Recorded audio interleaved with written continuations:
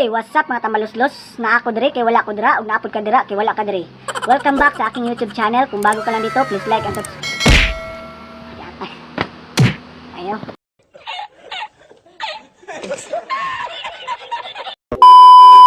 Again. What's up mga tamaluslos? Na ako dire kay wala ko dira, ug naapod ka dira kay wala ka dire.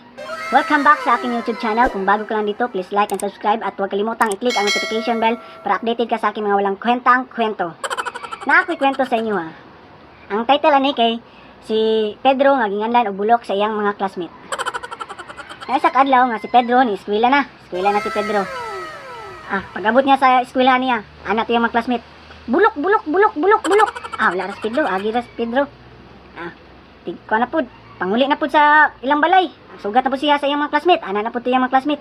Bulok. Uli nas balay si Pedro, abot nas balay. Anas Pedro nga, ma, sige kog ngandan sa akong classmate og bulok ma ba? Taga-adlaw na ma, sige na kog ngandan lag bulok. Ana yang mama nga, sige lang nak. Bunalig 2x2 ang mungalan nimo bulok. Dra may 2x2 dire. Kung nay mungalan nimo bulok, bunalig dayon. Bantay sa dito lungagan nak. Ana yang anas Pedro nga, sige ma. Ano din sa lungagan si Pedro. Bantay siya dito. Pagkatiod-tiod, nibukal man ang nilungagan sa iyang mama. Anak man tong kuano, nilungag. Bulok. Anas Pedro. Nganlan ko nimo bulok ha. Kuha siya 2x2, kuha ting bunalan to niya. Kagay mga kuha niya lungagan, kagay ang mga lungagan. Anak iyang mama nga, Pedro, kanang imong nang bunalan ang atong lungagan.